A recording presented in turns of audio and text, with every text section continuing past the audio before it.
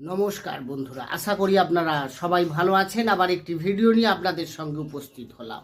আজকের বিষয়বস্তু মীন রাশির জন্য খুবই গুরুত্বপূর্ণ, কারণ আজকে আলোচনা করব মীন রাশির এপ্রিল, মে, জুন এই 3 মাসে কি ঘটতে চলেছে আপনার জীবনে, ভালো খারাপ বিস্তারিত আলোচনা করব। 9টা গ্রহের অবস্থান কেমন থাকবে, সেই অনুযায়ী আপনার কেমন যাবে কেরিয়ার, আপনার ভাগ্য, স্বাস্থ্য, আপনার প্রেম ভালোবাসা, বিবাহিত জীবন, প্রেম, তার সঙ্গে সঙ্গে আপনার বিজনেস, এ সমস্ত কিছু এই ভিডিওর মাধ্যমে আমি আলোচনা করব। তাই যারা মীন রাশির জাতক বা জাতিকা রয়েছেন, মনোযোগ সহকারে ভিডিওটি প্রথম থেকে শেষ অবধি দেখুন।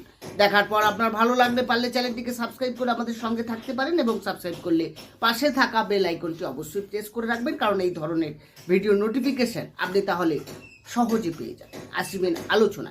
তাহলে যখনই এপ্রিল শুরু হবে, আপনার স্বাস্থ্য কেমন যাবে? স্বাস্থ্য বিচার করা হয় রাশির অধিপতি গ্রহের অবস্থান অনুযায়ী। রাশির মালিক হচ্ছেন বৃহস্পতি। বৃহস্পতি দ্বিতীয়ভাবে অবস্থান করে থাকবে পুরো এপ্রিল মাস। মিত্র ক্ষেত্রে দ্বিতীয় ভাব অবশ্যই আমাদের জন্মকুণ্ডলী শুভ। সেক্ষেত্রে আমি বলবো এপ্রিল মাস কিন্তু আপনার স্বাস্থ্যের দিকে কোনো তেমন সমস্যা হচ্ছে না।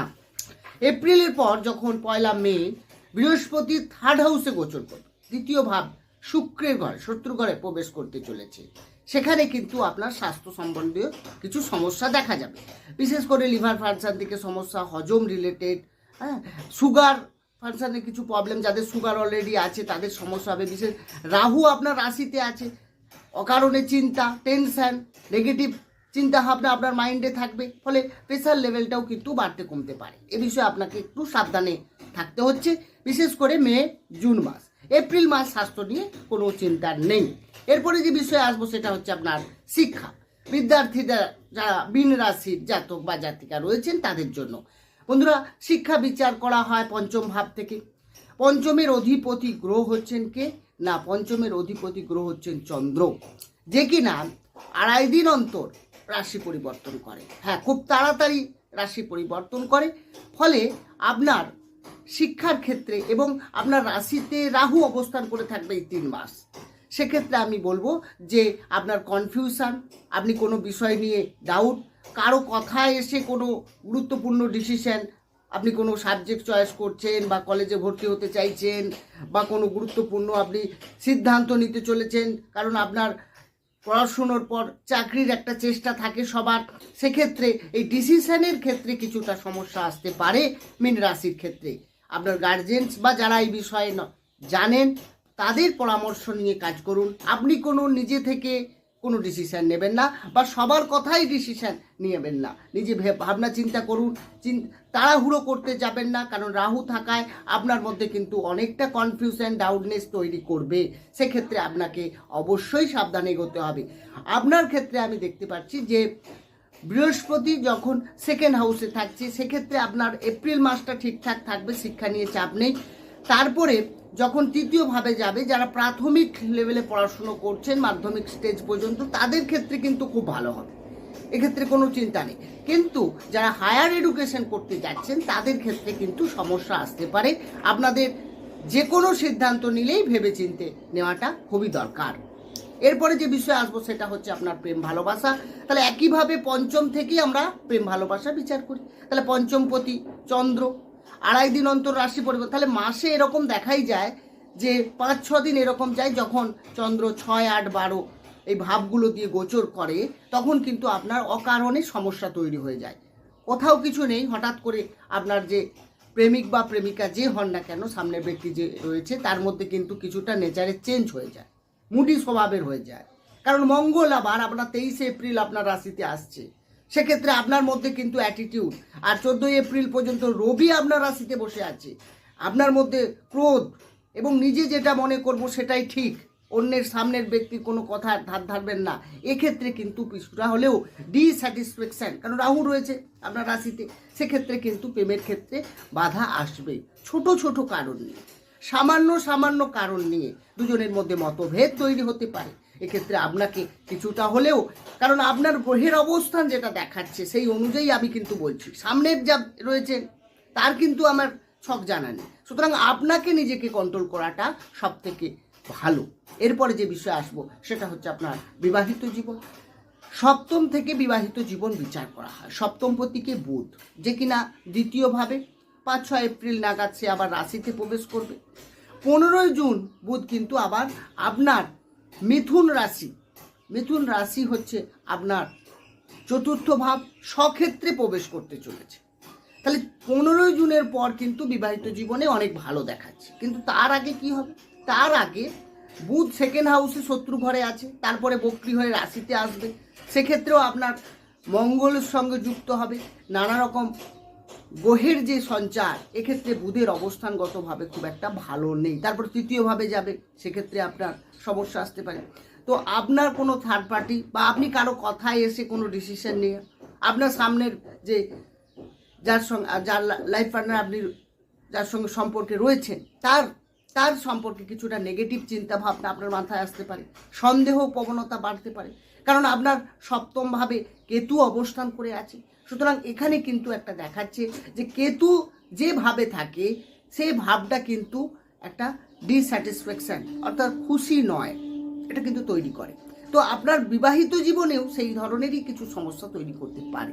তো আপনাকে নিজেকে এটাকে জাস্টিফাই করতে হবে। এরপরে যে বিষয়ে আসবো সেটা হচ্ছে আপনার ভাগ্য বিচার করা হয় নবম ভাব থেকে। নবমের অধিপতি গ্রহ মঙ্গল, যে কিনা 23 এপ্রিল পর্যন্ত রাশির দ্বাদশে অবস্থান করে থাকবে। দ্বাদশ মানে ব্যয় ভাব। তাহলে দ্বাদশে যখনই গ্রহ থাকবে আবার শনির সঙ্গে যুক্ত হয়ে, এক্ষেত্রে আমি বলবো যে 23 এপ্রিল পর্যন্ত আপনি কোনো গুরুত্বপূর্ণ ডিসিশন নেবেন না। আপনার যদি কোনো সিদ্ধান্ত নেওয়ার থাকে তাহলে 23 এপ্রিল পরে নিন, আপনার খুব ভালো হবে। 23 এপ্রিল থেকে 1 জুন পর্যন্ত আপনার রাশিতেই মঙ্গল থাকবে, ভালো অবস্থায় রয়েছে, কিন্তু রাহুর সঙ্গে যুক্ত হয়ে কিছুটা মাইন্ডকে ডিস্টার্ব করতে পারে।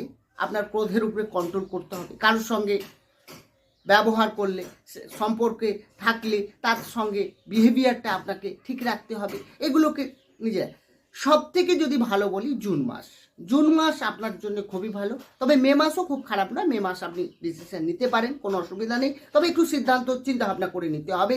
কোনো ইনভেস্ট করতে যাচ্ছেন, হুটহাট করে করতে যাবেন না। কোনো বড় ধরনের কোনো অ্যাসেট কিনতে চাইছেন, সেল পারচেস বিক্রি আবার কেনা দুটোতেই একইভাবে, তাহলে এক্ষেত্রে আপনাকে একটু সাবধানতা অবলম্বন করতে হবে। মে মাস, এপ্রিলে তো কিনবেনই না, এপ্রিলে তো কোনো গুরুত্বপূর্ণ ডিসিশন নিচ্ছেনই না। জুন মাসে আপনার ক্ষেত্রে ভাগ্য অনেক সাপোর্ট দেবে। ভাগ্যে আপনি যে কোনো শুভ কাজ, মাঙ্গলিক কাজ, আপনি কোনো ফ্ল্যাট কিনতে যাচ্ছেন, কোনো যানবাহন কিনতে যাচ্ছেন, বা কোনো বাড়ির কোনো আসবাবপত্র বা কোনো ডেকোরেশন করতে চাচ্ছেন, তাহলে আপনার জুন মাসটা খুব ভালো। এরপরে যে বিষয়ে আসবো সেটা হচ্ছে আপনার কেরিয়ার। হ্যাঁ বন্ধুরা, দশম থেকে কেরিয়ার বিচার করা হয়। দশমপতি বৃহস্পতি, আগেই বললাম রাশির দ্বিতীয়ভাবে থাকছে। তারপরে মে মাসে 1 মে থেকে তৃতীয়ভাবে যাচ্ছে। তাহলে এপ্রিল মাস তো খুবই ভালো কেরিয়ারের দিকে। কেরিয়ারে কোনো সমস্যা নেই, আপনি নতুন করে কাজ শুরু করতে পারেন। অনেক সময় না হওয়া কাজ বা আপনার কাজের জায়গায় কোনো পলিটিক্স চলছিল আপনার বিরুদ্ধে, সেক্ষেত্রে আপনি অনেকটা রেজাল্ট ভালো পাবেন। আপনার বস আপনার কাজে খুশি হবেন। আপনার প্রমোশন থাকলে এই মাসটা আপনার জন্য খুবই ভালো। কিন্তু মে মাসের পর থেকে কিন্তু আপনার ডিস্টার্ব হবে। ডিস্টার্ব বলতে গেলে সেরকম নয়, আপনার কাজে পরিশ্রম বাড়বে, দৌড়ঝাঁপ বাড়বে, বা যে কোনো কাজ করতে গেলে একবারের জায়গায় বারবার সেটাকে ট্রাই করতে হবে।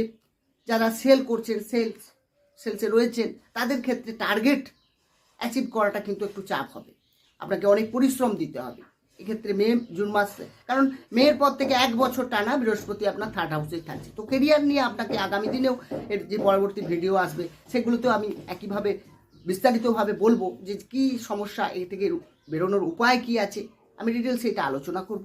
তো বন্ধুরা, এরপরে যে বিষয় আসবো সেটা হচ্ছে আপনার বিজনেস বিচার করার আগে আমি যেটা বলবো যে আপনারা এই আলোচনা কিন্তু রাশিভিত্তিক আলোচনা, জনমকুণ্ডলী কারো দেখাননি। যদি আপনারা কোনো পরামর্শ নিতে চান বা কোনো বাস্তু রিলেটেড কোনো কুণ্ডলী আপনি তৈরি করতে চাইছেন, অবশ্যই আমার ডেসক্রিপশনে নম্বর রয়েছে, সেখানে আপনি যোগাযোগ করতে পারেন।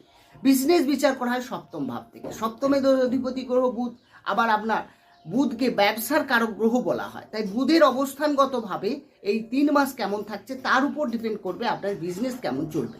তো ব্যবসা বিচার করে আমি দেখব বুধের অবস্থান, তাহলে বুধ আপনার সেকেন্ড হাউসে আছে। তারপর কিন্তু এপ্রিল মাসে 5-6 তারিখ নাগাদ আপনার রাশিতে প্রবেশ করছে। তো সেই জায়গায় আবার বক্রি, কারণ রাশিতে মানেই সে বক্রি হয়ে যাচ্ছে, তা বুধের অবস্থান ঠিক নেই। 15 জুনের পর বুধের অবস্থান ঠিক আছে। তাই ব্যবসা করতে গেলে জুন মাসটাই আপনার জন্য বেটার। মে এপ্রিল মাস কিন্তু অনেক ট্রাভেল যাবে আপনার ক্ষেত্রে। আপনার কাস্টমারের সঙ্গে অনেক সময় মিসবিহেভিয়ারের জন্য অনেক সময় ব্যবসার ক্ষেত্রে আপনার ক্ষতি হতে পারে কিছুটা। যারা যারা পার্টনারশিপ ব্যবসা করছেন তাদের ক্ষেত্রে ব্যবসা যারা পার্টনারের সঙ্গে রিলেশনে কিছুটা সমস্যা আসতে পারে এই সময়, কারণ রাহু আছে আপনার মধ্যে সবসময় ডাউটনেস থাকবে। মনে হবে যে আপনার যে ব্যবসা করছেন বা যেই কিছু পারপাসেই করুন না কেন, সেক্ষেত্রে আপনার কিন্তু ঠিকঠাক হবে কি না, লস হয়ে যাবে না তো, এই যে ডাউটনেস, এটা কিন্তু আপনার ক্ষেত্রে অনেক সমস্যার কারণ হয়ে দাঁড়াবে। বন্ধুরা, এই ছিল আজকের আলোচনা। কেমন লাগলো আলোচনা কমেন্ট বক্সে অবশ্যই জানাবেন, বা কিছু প্রশ্ন থাকলেও আপনারা করতে পারেন। ভালো থাকুন, সুস্থ থাকুন, দেখা হবে অন্য একটি ভিডিওতে। নমস্কার।